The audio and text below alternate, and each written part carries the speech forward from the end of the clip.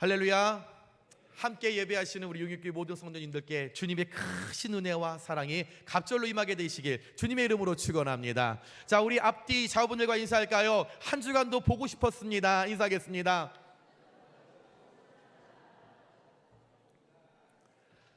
다시 한번 인사할까요? 당신 때문에 살만 납니다. 인사하겠습니다.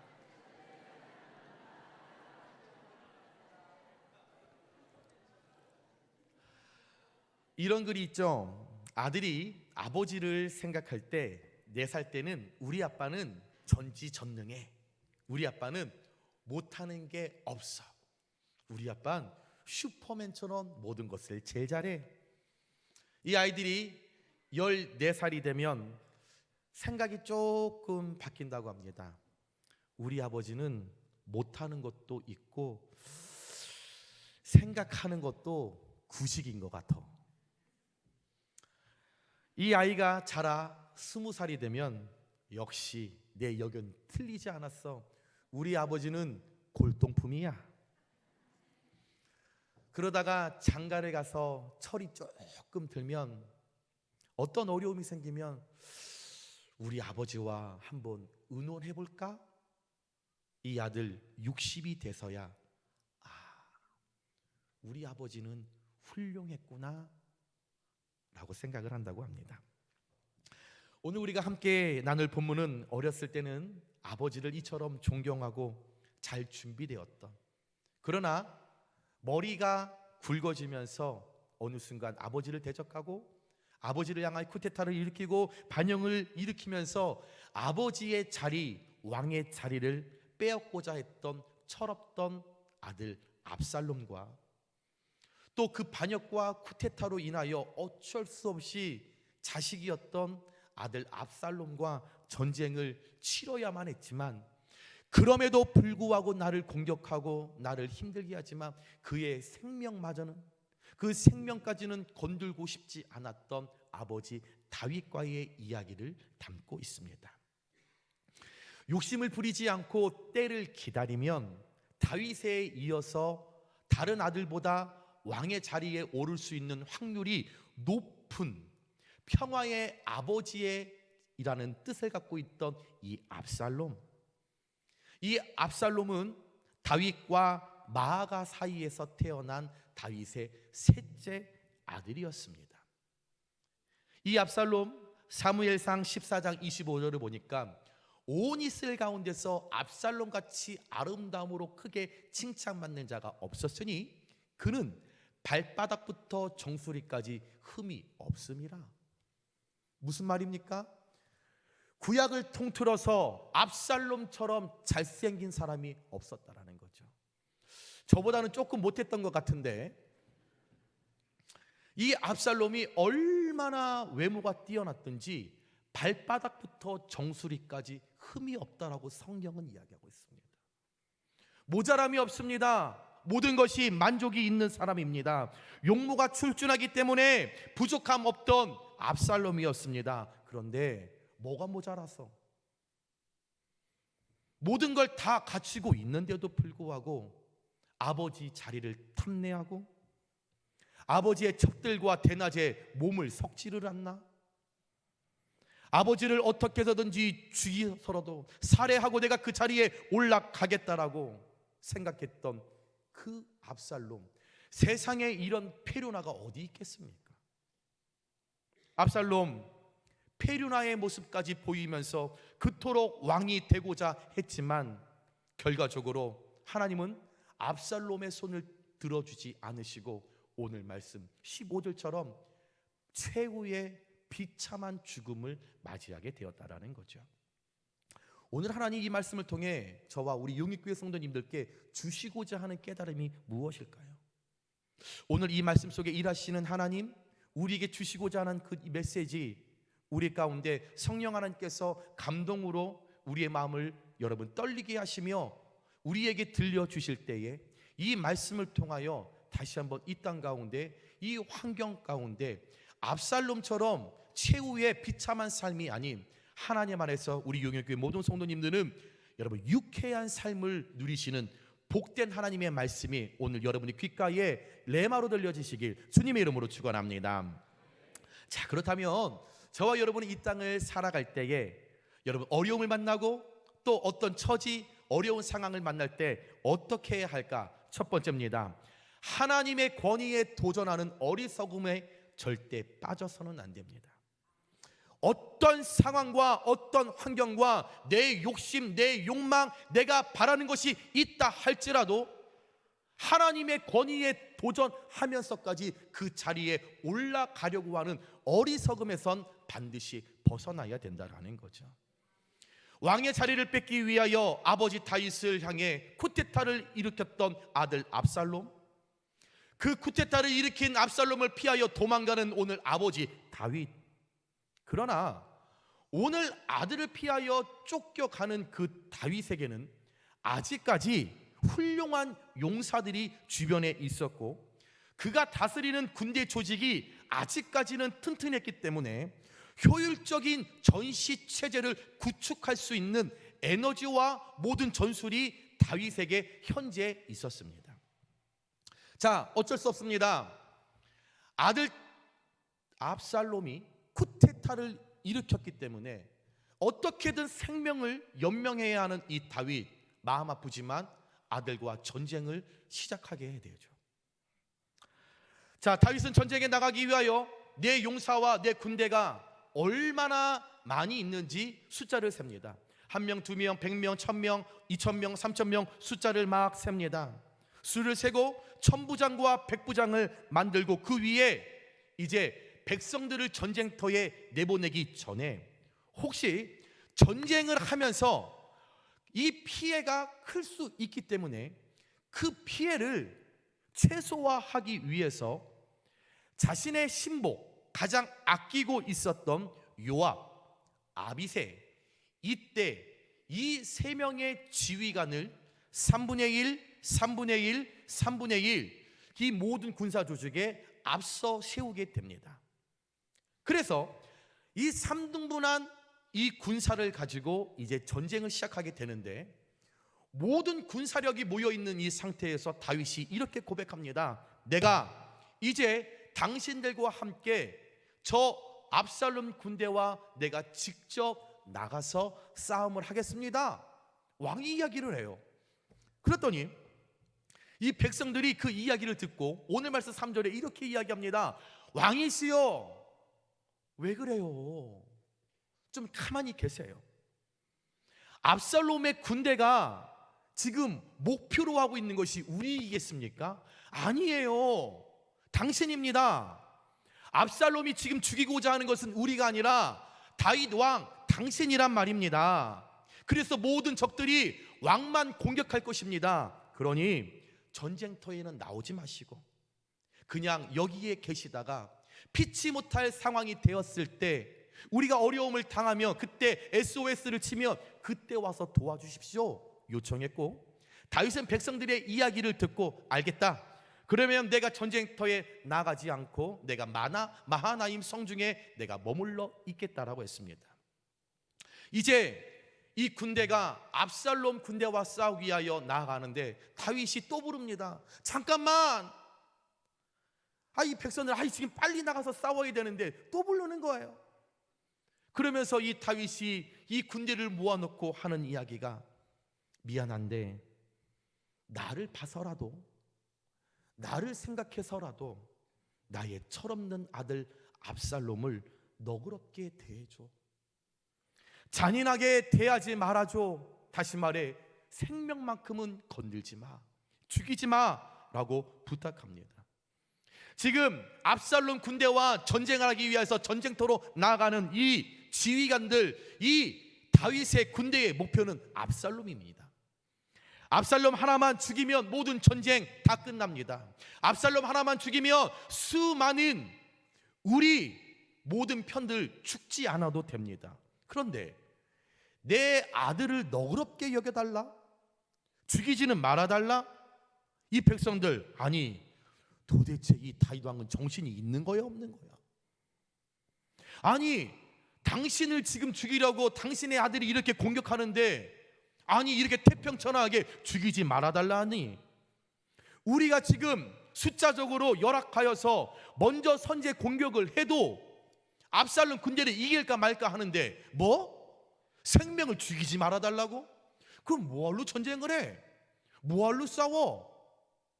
이 군대들이 혼란스럽고 참 기가 막혔을 것입니다.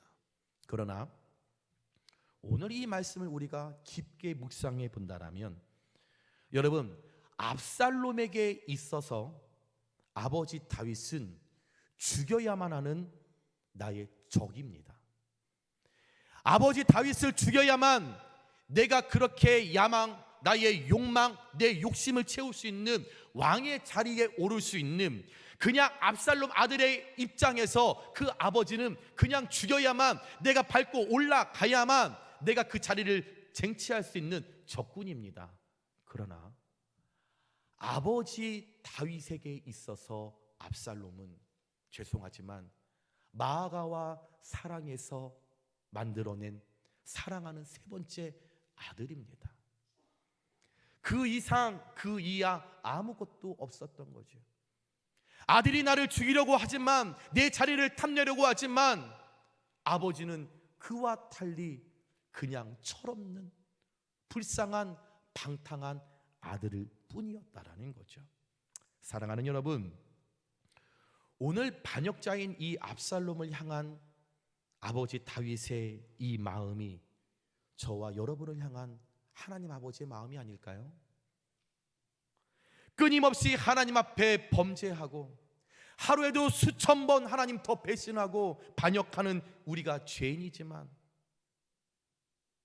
조금 기분 좋으면 하나님 감사합니다, 하나님 최고입니다 하다가도 조금만 어려우면, 육신의 질병이 찾아오면, 자녀들이 조금 어려움이 찾아오면 하나님이 이럴 수 있습니까? 하나님 나 삐쳤어요, 나 교회 안 가요, 나 기도 안 할 겁니다. 여러분, 여전히 우리의 모습이 압살롬인데도 불구하고 하나님은 그냥 다윗이 압살롬을 바라봤던 것처럼 여전히 철없는 자녀로 우리를 너그럽게 대하고 계시잖아요. 아마 하나님께서 저와 여러분을 너그럽게 여기지 않으셨다면, 오늘 다윗이 그 군대들에게 내 아들을 너그럽게 여겨달라라고 고백했던 것처럼 그들이 하나님 아버지의 마음이 우리를 너그럽게 여기지 않으셨다라면, 여러분, 우리는 수천 번도 더 죽었을 것입니다. 이 자리에 이렇게 예배할 수 없었을 것입니다. 그러나 그 하나님 우리를 사랑하시되 끝까지 사랑하셨고, 당신의 가장 사랑하는 예수 그리스도를 십자가에 달려 피 흘려 죽기까지 우리를 사랑하셨기 때문에 늘 우리를 철없는 자녀로, 방탕한 자녀로 불쌍히 여겨주셔서 이 자리에 우리가 함께 구원받아 예배자의 모습으로 설 수 있음을 감사하시면서, 행여 여러분 현재를 살아가면서 어떤 조직사회에서 내 어떤 꿈을 위해서, 내 야망을 위해서, 나의 탐욕, 치유하지 못한 상처, 그로 인하여 찾아온 두려움, 근심, 이 모든 분노와 억울함을 하나님 앞에 핑계대면서 자신의 욕심을 채우고 심지어 하나님의 권위에 도전해서 그 자리에 올라가려고 하는 나의 잘못된 신앙과 믿음이 있다라면, 오늘 이 말씀 앞에 철저하게 십자가에 다 내려놓으시는 저와 여러분 되시길 주님의 이름으로 축원합니다. 우리는 어떤 순간에도 하나님의 권위에 내 욕심을 앞세워 내 야망과 내 욕망을 드러내면서 하나님 앞에 권위에 내가 도전한다면, 그 자리에 선다면 죄송하지만 오늘 압살롬 15절 말씀처럼 채우는 우리는 비참한 결말을 맺게 되는 것을 기억하시면서 어떤 순간에도 하나님의 권위에 도전하지 않고 늘 겸손하실 수 있는 저와 여러분들 되시길 주님의 이름으로 축원합니다. 두 번째입니다. 우리는 어떤 상황과 어떤 환경에서도 하나님의 약속은 반드시 이루어진다라고 하는 믿음을 갖고 살아가야 합니다. 자, 이제 본격적으로 에브라임 숲속에서 압살롬 군대와 다윗 군대가 막 전쟁이 일어났습니다. 이 전쟁으로 인하여서 압살롬 군대가 패하였고 그 자리에서 2만 명이 죽었습니다. 8절에 보니까 그날의 수풀에서 죽은 자가 칼에 죽은 자보다 많았더라. 다윗 군대가 숫자 면에서는 압살롬 군대에 비해 열악합니다. 이길 수 없습니다. 말도 안 되는 것입니다. 그러나 전 세계의 모든 전쟁을 우리가 봤었을 때 전쟁은 군사력, 여러분, 이것으로 하는 것 아닙니다. 숫자가 많다고 해서 모든 전쟁을 이기는 것 아니죠. 때로는 전술과 전략이 그 숫자를 뛰어넘어 극복하기도 하죠. 우리나라 이순신 장군을 잘 생각해 보면 명란해전에서 이 이순신 장군이 13척의 배를 가지고 일본의 133척의 배를 물리쳤던 사건이 있었습니다. 가능합니까? 객관적으로 있을 수 있는 일입니까? 없는 일이에요. 어떻게 13척의 배가 10배나 되는 133척의 배를 이길 수 있겠습니까? 말도 안 되는데 숫자로 전쟁은 이기는 것이 아니라 전술과 전력으로 충분히 가능하다라는 거죠. 그러나 오늘 말씀의 다윗 전쟁과 압살롬 군대의 전쟁은 상황이 다릅니다. 오늘 이 전쟁은 어떤 숫자, 전략, 전술로 이기는 전쟁이 아니라 사실 하나님께서 이미 다윗 군대가 승리할 것을 확정 지어 놓으신 사건이었다라는 거죠. 증거되겠습니다. 사무엘하 7장 9절입니다. 내가 가는 모든 곳에서 내가 너와 함께 있어 내 모든 원수를 내 앞에서 멸하였은즉 16절에 내 집과 내 나라가 내 앞에서 영원히 보존되고 내 왕위가 영원히 견고하리라. 자, 이 말씀, 오늘 우리가 나누는 말씀은 사무엘하 18장 말씀입니다. 그런데 하나님께서 과거에 다윗에게 약속하셨던 말씀이 여러분 사무엘하 7장에 나와 있다는 거죠. 예전에 과거에 하나님께서 다윗과 약속하셨습니다. 내가 어디에 있든지 내가 너와 함께하고 어떤 원수가 너를 공격한다 할지라도 내가 그 원수를 멸하여 주겠다. 내가 지켜주겠다. 너의 자손의 이 왕위가 끊이지 않도록 내가 계속적으로 보호해 주겠다. 약속하신 사건이 여러분 과거의 다윗 삶에 있었다라는 거죠. 만약 오늘 압살롬 군대가 이기면 하나님의 정통성은 무너지는 겁니다. 하나님의 약속은 거짓이 되는 거예요. 오늘 다윗이 패배하면 하나님 사무엘하 7장에 말씀하셨던 이 모든 것 다 거짓말이라는 겁니다. 그러나 우리 하나님 과거에 약속하신 그 모든 언약까지도 지키시는 하나님이시기에 오늘 사무엘하 18장에 일어났던 이 전쟁 가운데 하나님께서 하신 약속이 있었기 때문에 다윗과 맺은 언약이 있었기 때문에 그것을 기억하시고 이 전쟁에 하나님께서 직접적으로 개입하셨을 때 이 모든 전쟁 간결하게 하나님의 능력 안에서 숫자적으로는 열세하지만 이길 수 있는, 승리할 수 있는 길, 하나님의 언약은 반드시 이루어지고 있음을 보여주신 하나님의 일하심이었다라는 거죠. 사랑하는 여러분, 다윗 군대는 압살롬 군대와 싸우기는 숫자적으로 역부족했지만 결과적으로는 다윗 군대가 승리했습니다. 왜냐하면 전쟁의 승패는 하나님의 손에 달려있기 때문입니다. 하나님의 약속은 변함이 없는 줄 믿으시기 바랍니다. 아무리 막강한 힘을 가지고 있는 자라 할지라도 하나님의 역사를 흔들 자는 이 땅 가운데 아무도 없다라는 것입니다. 우리가 이 세상을 살아갈 때 우리 가정을 흔들고 우리 자녀들의 삶을 흔들고 나의 육신의 몸을 흔들고 여러 가지의 악한 압살롬과 같은 악인들이 계획을 꾸미고 치밀하게 주도 면밀하게 숫자를 자랑하면서 우리를 공격해야 한달지라도 여러분 믿는 자들은 두려워할 필요 없습니다. 왜요? 저와 여러분의 하나님께서 친히 그 모든 전쟁 가운데서 싸워주실 줄 믿으시기 바랍니다. 우리가 이 땅을 살아갈 때 우리 환경과 우리 처지에 일어나는 이 모든 전쟁, 영적 전쟁, 혼적 전쟁, 육적 전쟁 다 하나님의 손에 속해 있습니다.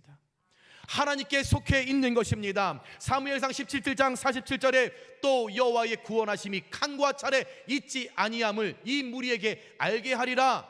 전쟁은 여호와께 속한 것인즉 그가 너희를 우리 손에 넘기시리라. 아멘.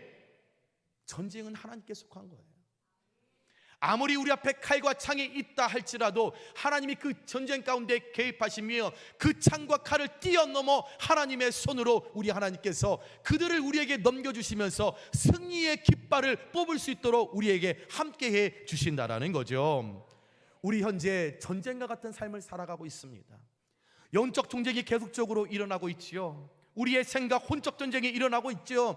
육신의 각종 질병으로 인하여 전쟁이 일어나고 있습니다. 그러나 어디로 가든지 어디에 서 있든지 어떤 처지와 어떤 환경에 있든지 하나님의 백성은 반드시 하나님께서 이기게 하신다라고 하는 하나님의 언약, 이 약속의 말씀, 구약과 신약을 통하여 주신 하나님의 이 약속의 메시지를 우리가 끝까지 믿고 나아갈 때에 사탄 마귀는 다 떠나가고, 압살롬과 같은 사탄 마귀는 다 떠나가고, 우리를 유혹하고 우리를 올무에 묶는 이 모든 세력은 다 떠나가고 우리 반드시 승리의 삶을 살게 될 줄 믿고 하나님의 언약의 말씀 끝까지 믿고 따라갈 수 있는 저와 여러분들 되시길 주님의 이름으로 축원합니다.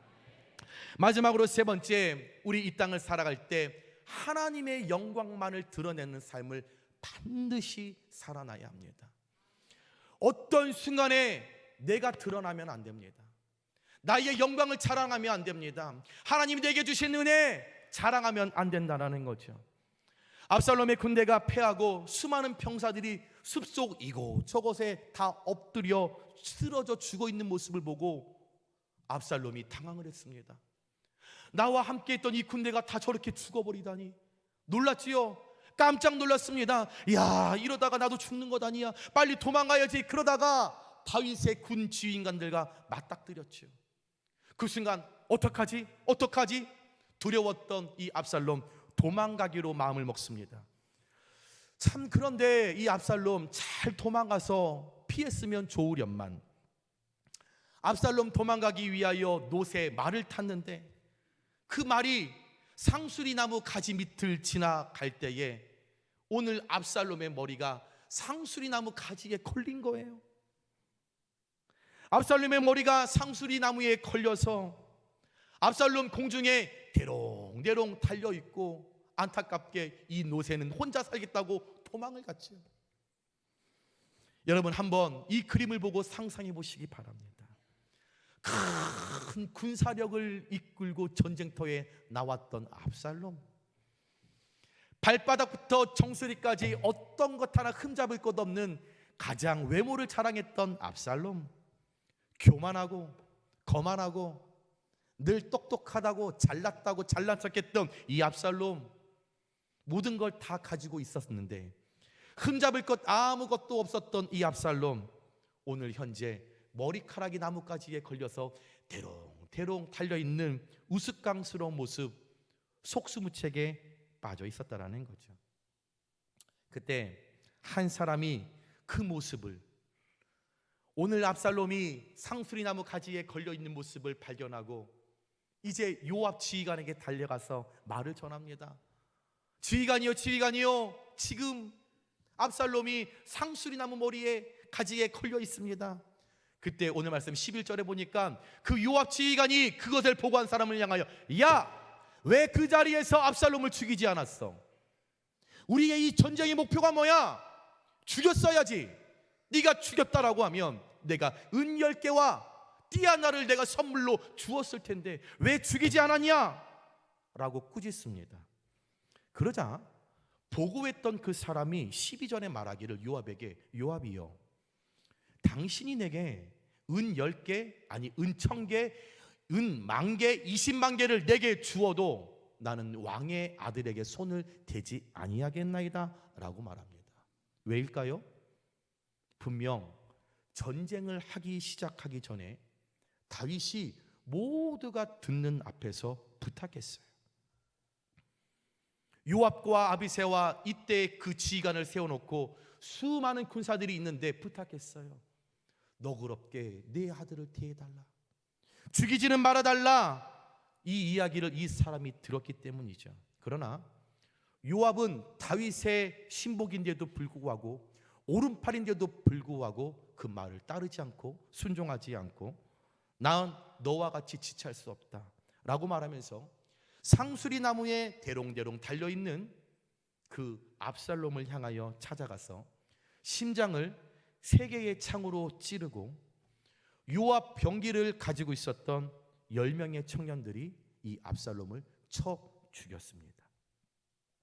결국 압살롬, 자랑거리로 여기고 있었던 그의 외모, 그의 머리털은 그를 죽음으로 이끄는 원인이 되고 말았고, 압살롬이 세우려고 했던 그의 나라는 결국 처절하게 허무하게 무너지고 말았죠.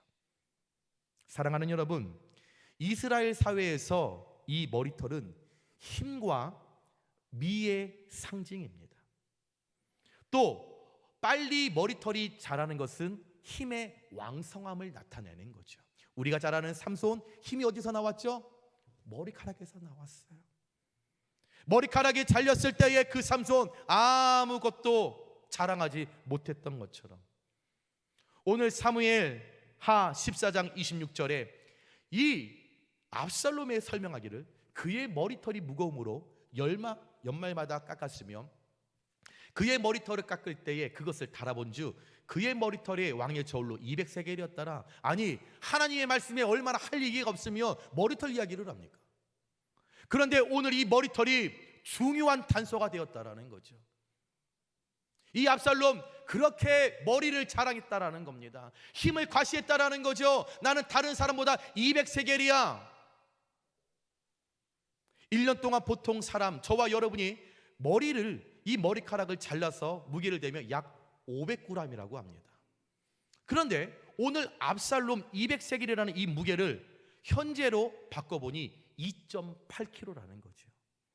일반 사람 5배입니다. 5배로 그 정도로 그 외모가 뛰어났고 과시하고 이 머리를 통해서 그는 나의 왕성함을 자랑했다라는 거죠. 그는 무거운 머리카락을 자른치 않채 오늘 전쟁터에 나왔습니다. 그러나 자랑했던 그 머리칼이 그가 죽음으로 내모는 멸망으로 치닫는 원인이 된 것입니다. 이처럼 우리가 이 세상을 살아갈 때 세상 사람들은 이 머리카락을 자랑하죠. 우리의 학력, 우리의 재력, 우리의 물질, 우리의 외모, 이런 것을 늘 날마다 자랑하기 위하여 부단히 애쓰며 살아갑니다. 나 이번에 몇 평짜리 아파트 넓혀서 갔다. 나 이번에 자동차 뭐 샀다. 권사님, 아우 우리 며느리가 이번에 이거 사줬어. 늘 부단히 자랑하기 위하여 애쓰며 살아갑니다. 그러나 믿음의 사람들은요, 세상의 기준으로 살아가지 말아야 합니다. 세상 자랑에 취해 살아가지 말아야 합니다. 저와 여러분이 자랑할 것 오직 예수 십자가밖에 없는 줄 믿으시기 바랍니다. 예수 십자가 복음 외에 자랑거리는 무엇이든지 오늘 압살롬처럼 내게 유익이 될 줄 알았지만 모든 것은 오히려 내 삶에 해가 될 수 있음을 기억하시기 바랍니다. 하나님께서 저와 여러분에게 주신 은혜, 우리의 자랑거리로 만들지 마세요. 하나님께서 여러분들의 가정에 주신 은혜, 내 개인 자랑으로 만들지 마세요. 하나님이 우리 자녀들에게 주신 복, 내 자랑으로 만들지 마세요. 여러분 그렇게 자랑하고 싶으세요? 아파트 평수 늘려가서 그렇게 자랑하고 싶으세요? 좋은 차 사서 자랑하고 싶으세요? 여러분들의 자녀들이 대기업에 들어간 거 그렇게 자랑하고 싶으세요? 그러나 저와 여러분의 주변에는 아직까지 형편이 되지 않아 월세 사는 성도들이 있어요. 여러분 그렇게 자랑하고 싶은 자동차, 누군가는 형편이 되지 않아서 20년째 고장난 차 타고 다니는 사람이 있어요. 그렇게 며느리 자랑하고 싶고 자녀들 자랑하고 싶으세요? 누군가는 자녀를 먼저 앞세워 천국에 보낸 부모들이 있어요. 그런데도 드러내고 그런대로 자랑하고 싶으세요? 하나님께서 여러분에게 주신 은혜, 사랑 귀하게 여기면서 내 곁을 돌아보는 것이 은혜를 주신, 복을 주신 하나님의 섭리가 아닐까요?